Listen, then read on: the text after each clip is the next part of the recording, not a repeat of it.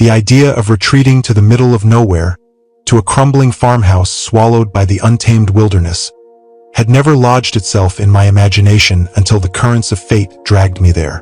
It was the autumn of 2023, a season when the world still bore the raw, jagged scars of the pandemic's aftermath, and I found myself unmoored, adrift in a sea of personal desolation.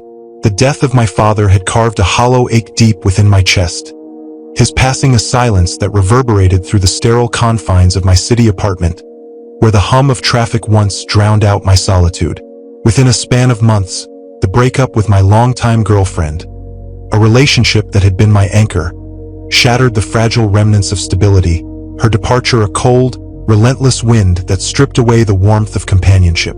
Then came the layoff, a final, brutal severance from the urban life I'd clung to, leaving me jobless and adrift in a city that no longer felt like home. Grief wrapped around me like a suffocating shroud, its weight pressing me into the cushions of a sagging couch, where I stared at cracked ceilings and replayed memories of better days. The grief counselor I sought, her office a clinical refuge of beige walls and the incessant ticking of a wall clock, suggested a change of scenery might shift my perspective, a radical departure to outrun the shadows that clung to my soul like damp fog. Fueled by a modest inheritance from my father's estate, a sum that felt both a blessing and a burden, I turned my gaze to rural havens beyond the city's concrete sprawl, seeking solace in the isolation of the unknown. My search began as a desperate scroll through online listings, a digital pilgrimage through grainy photos and exaggerated descriptions. It was in this virtual wilderness that I stumbled upon the Rosewood farm estate, a property listing that flickered like a distant star amid the digital noise. The photos revealed an aged yet stately farmhouse, its weathered clapboard siding weathered to a soft gray, the wraparound porch sagging slightly under the weight of time, nestled amid 20 acres of dense woodland, a 45-minute drive from the city limits. The price tag was a siren's call, a figure so far below market value that it sparked both curiosity and suspicion. Despite the obvious neglect, floral wallpaper peeling at the seams like shed skin, decades-old appliances humming with a faint, asthmatic wheeze, and a roof that hinted at leaks with its mossy patches. Yet beneath the decay, I saw potential, a canvas where I could paint a new life.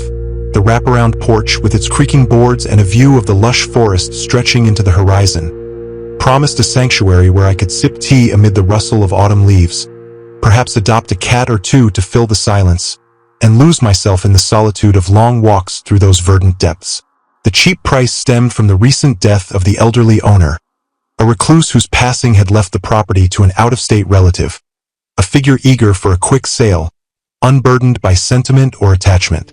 Seized by a sudden impulse, I contacted the seller, my heart quickening with the prospect of a fresh start, a chance to rebuild amid the trees. The drive to inspect the property was a journey into a different realm, a gradual shedding of the city's clamor as asphalt gave way to winding country roads flanked by rolling hills. The air grew crisper with each mile, carrying the scent of pine and damp earth, a prelude to the forest's embrace. When I arrived, the farmhouse exceeded the photo's muted promise, its charm amplified by the ambient whisper of the surrounding woods, the rustle of leaves stirred by a gentle breeze, the distant, mournful call of a crow perched in the canopy. The structure loomed before me, its clapboard siding weathered to a patina of gray, the wraparound porch a crooked smile of creaking boards that invited a tentative step. Inside, the musty scent of disuse mingled with quaint details. Wide plank floors worn smooth by the tread of generations, a cast iron stove in the kitchen that radiated a faint, rusty warmth, and quirky nooks, oddly angled shelves, a trapdoor to a root cellar that sparked my imagination. I envisioned myself there, a solitary figure reclaiming the space, the forest a living backdrop to my healing, its depths a mystery to unravel. The month that followed, closing the deal with a flurry of paperwork, packing my sparse belongings from a tiny apartment where cardboard boxes leaned like sentinels, and moving in, was a blur of logistics and anticipation.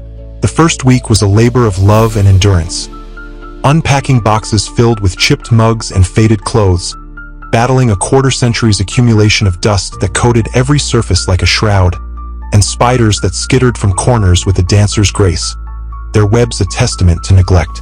I made endless trips to the hardware store, a pilgrimage for nails, paint cans, and odds and ends. A hammer with a worn handle, a roll of duct tape, each purchase a step toward ownership. I didn't mind the effort. Each scrubbed surface, each cleared cobweb, felt like a reclamation of the space. I slept on an inflatable mattress in what would become my bedroom, its hiss a nightly serenade, the cold seeping through its thin layer as I hunted Craigslist for second-hand furniture. A rickety chair with a wobbly leg, a scarred desk that bore the ghosts of its previous owner to fill the void. The house's creaks and groans as it settled each night were oddly comforting. A symphony of aged wood and history that lulled me into a fragile peace. By the 8th night, I had carved out a study, a musty room still cloaked in a haze of dust that clung to my lungs, but now home to my laptop and desk, a space where I could write and lose myself in the strains of music or the murmur of podcasts. The room's walls, papered with faded floral patterns, seemed to watch me, their edges curling like whispers of decay. Late that night, exhaustion tugging at my eyelids with the weight of a lead blanket, I gazed out the study's window into the woods beyond. Moonlight painted the trees as jagged cutouts against the black sky, their branches swaying in hypnotic unison with a passing breeze, a dance that stirred a primal awe. For the first time, I paused to consider the vastness of those untamed acres, a wilderness that dwarfed my house like a living, breathing entity, its shadows stretching into infinity. A shiver of wonder, and an unease that prickled my skin, stirred within me. What lurked out there, beyond the reach of light and the comfort of my porch? The question lingered, a seed planted in the fertile soil of my curiosity. The next morning, drawn by that unanswered question, I abandoned the unpacking, boxes still gaping like open wounds, for an exploration of my new backyard forest. The autumn chill bit through my light sweater, a sharp reminder of the season's turn. As I stepped into the tree line, my boots crunching through a carpet of orange and brown leaves, a sound that echoed like the opening note of a fairy tale. Golden beams of sunlight sliced through the canopy, illuminating moss-covered trunks that glistened with dew, and the darting forms of tiny birds, wrens with their trilling songs, sparrows with their quick flutters, that scattered at my approach, their wings a fleeting brush against the air. Squirrels and chipmunks darted with acrobatic grace, their chittering a chorus that filled the silence, while the light scent of moss and damp earth surrounded me, a perfume that filled my lungs with a strange, invigorating vitality. I weaved between towering oaks, their bark rough under my fingertips, and maples, their leaves a blaze of crimson, without direction or purpose, simply drinking in the wild beauty, the forest a cathedral with branches arching overhead. An hour slipped away unnoticed, my path a meandering thread through the woods, a labyrinth of green and gold. I should have marked my route with a trail of stones or broken twigs, a precaution against getting lost, but glimpses of the house's silhouette through the trees, its porch a faint outline against the sky, reassured me. Then, a small clearing opened ahead, a vibrant island of green grass encircled by crimson and amber leaves, a secret sanctuary that beckoned with the promise of solitude. Crossing the field, the grass soft underfoot, I planned a loop back to the yard, the house a distant goal on the horizon, but on the far side, I froze, my breath catching in my throat. Half hidden under soggy leaves and forest debris, matted with the detritus of years, was what appeared to be the entrance to an old tunnel, its crumbling brick rim a silent sentinel eroded by time and weather. I hadn't seen this on any property maps, a detail omitted from the seller's haste or perhaps deliberately concealed, a shadow cast over the transaction. Fascinated, my pulse quickening with a mix of dread and excitement, I knelt, brushing aside the debris with trembling hands, revealing a narrow passageway lined with concrete, descending at an angle into a darkness that seemed to pulse with secrets. A rusted iron-rung ladder disappeared into the void, its metal groaning under imagined weight, the sound a low moan that echoed in the stillness. My heart quickened with curiosity. Where did this lead? A glance at my phone showed no service, isolating me in this discovery, the bars a flat line against the green expanse. The tunnel seemed man-made, its edges too precise for nature's hand, perhaps a relic of historical value. A forgotten root cellar, a smuggler's hideout, or, more intriguingly, Cold War infrastructure, a bunker buried beneath the woods. My mind raced with possibilities, a kaleidoscope of scenarios unfolding.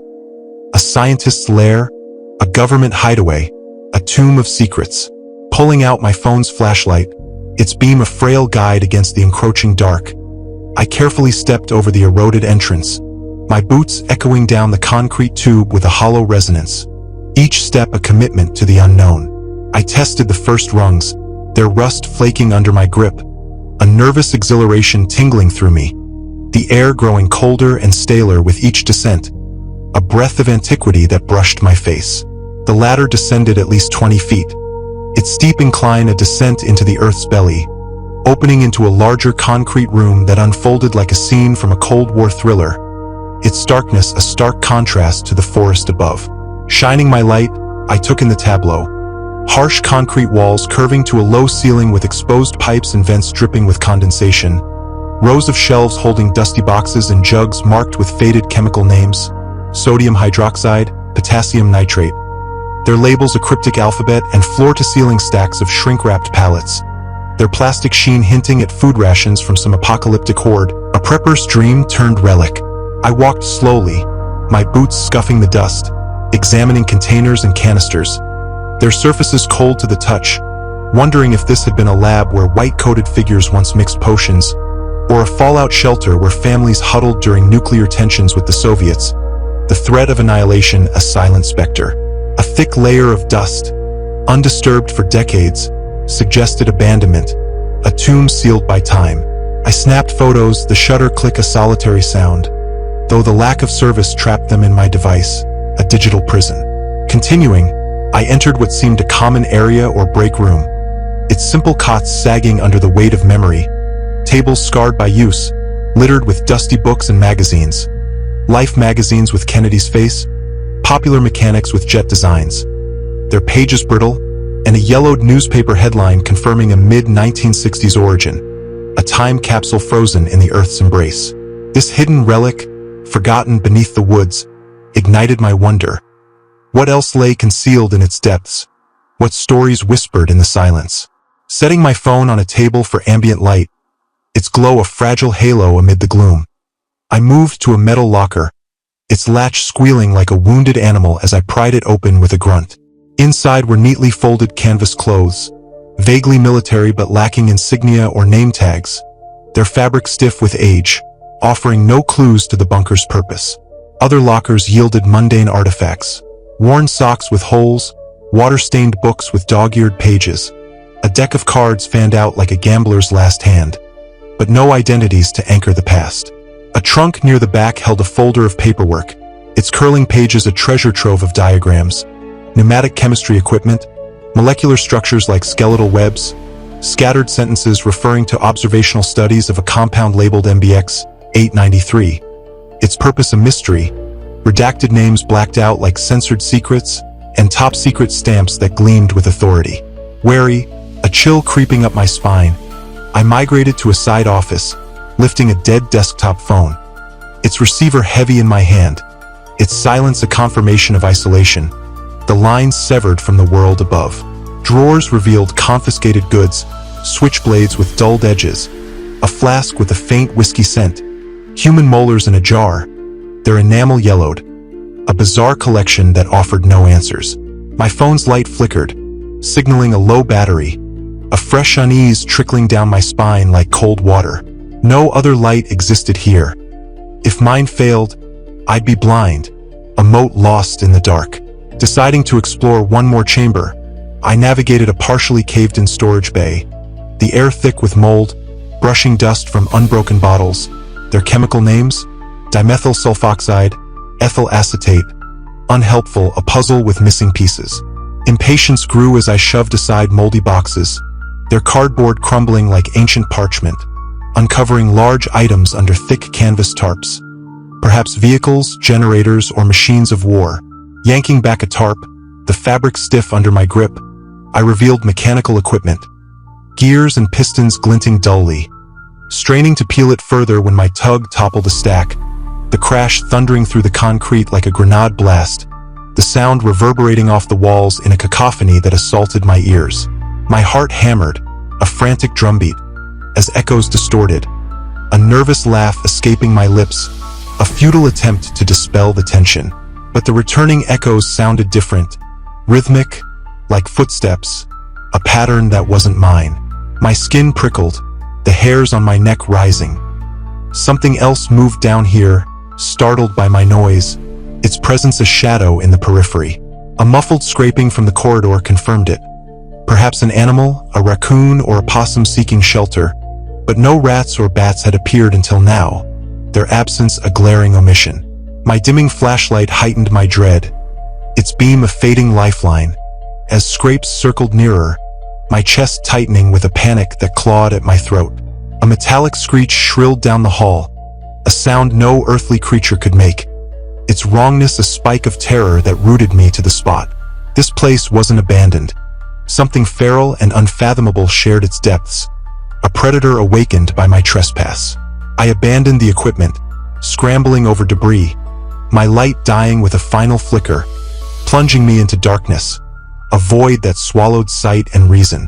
Blind instinct drove me, one hand tracing the wall's cold surface, the creature's erratic pursuit echoing behind, its movements a dissonant symphony of scrapes and clicks. Rounding a corner, I misjudged the distance, slamming into a shelf, its edge bruising my shoulder, curling into a quivering ball as its dragging rasp neared, each sound stripping layers of courage. Eons passed, measured by the pounding of my heart, a metronome of terror, my sanity fraying like a threadbare rope until a deafening crash and a howl tore from my lungs. A sound I'd never made, a primal scream that reverberated in the concrete tomb. Heavy footsteps approached, their pattern devoid of human rhythm, survival instincts screaming in my skull. Ducking behind shelves, I contained my breath, the air stale in my lungs, as a translucent, slime-covered creature passed. Twice my height, hunched forward, its body a grotesque parody of life, cloaked in stringy hair that obscured a gaping, black-toothed mouth, and smooth, scarred flesh where eyes should be, a blind sentinel tracking by scent and sound. Disgust and horror rooted me, my stomach churning as it crept past, its claws scraping the floor with a sound like nails on a chalkboard. Minutes crawled, its presence lingering in the periphery, relief battling a nausea that threatened to overwhelm. Outmatched, my only path was escape, a desperate flight from this subterranean nightmare. Without signal or GPS, the digital world severed, I retraced my path, ears straining for the scuttle of claws, the silence a deafening shroud. A snarl shattered the calm, the creature rushing me with startling speed, its disjointed limbs flailing. I sprinted, adrenaline flooding my muscles, its pursuit unrelenting, grunts and claws finding traction against the concrete. Slamming into a caved-in vault, rebar tangling my clothes, I tore free, racing through storage bays, emergency lights fading like dying stars. A glance back revealed its eyeless face sniffing voraciously, jaws unclasping impossibly wide. Swerving at a collapsed tunnel, I squeezed through, flesh tearing on jagged edges, as it plowed past wooden spears. Bright lamps signaled the exit.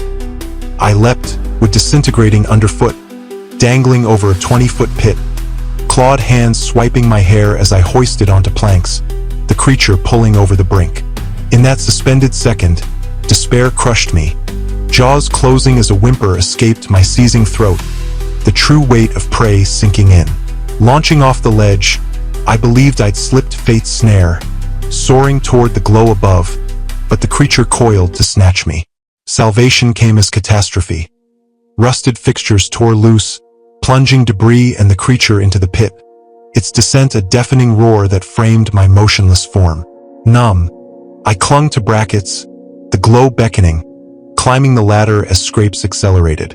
Reaching the top, I shoved the manhole cover, a plank wedging it against a thrashing limb, fleeing inside to collapse on the couch, heart-pounding visions of the creature haunting me.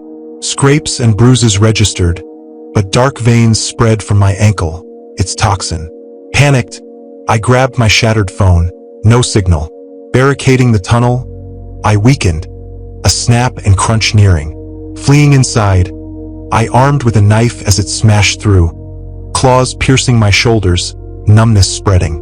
A spotlight blazed, soldiers restraining it, medics treating me. Awakening in isolation, a suited man explained MBX 893, a revived Cold War weapon contained thanks to me. Signing a non-disclosure brought compensation, but no closure. Returned home, surveilled. I live with scars and silence. Have you ever faced a terror that reshaped your reality? Or would you dare explore the unknown? This tale might beckon if you thrive on the edge of fear.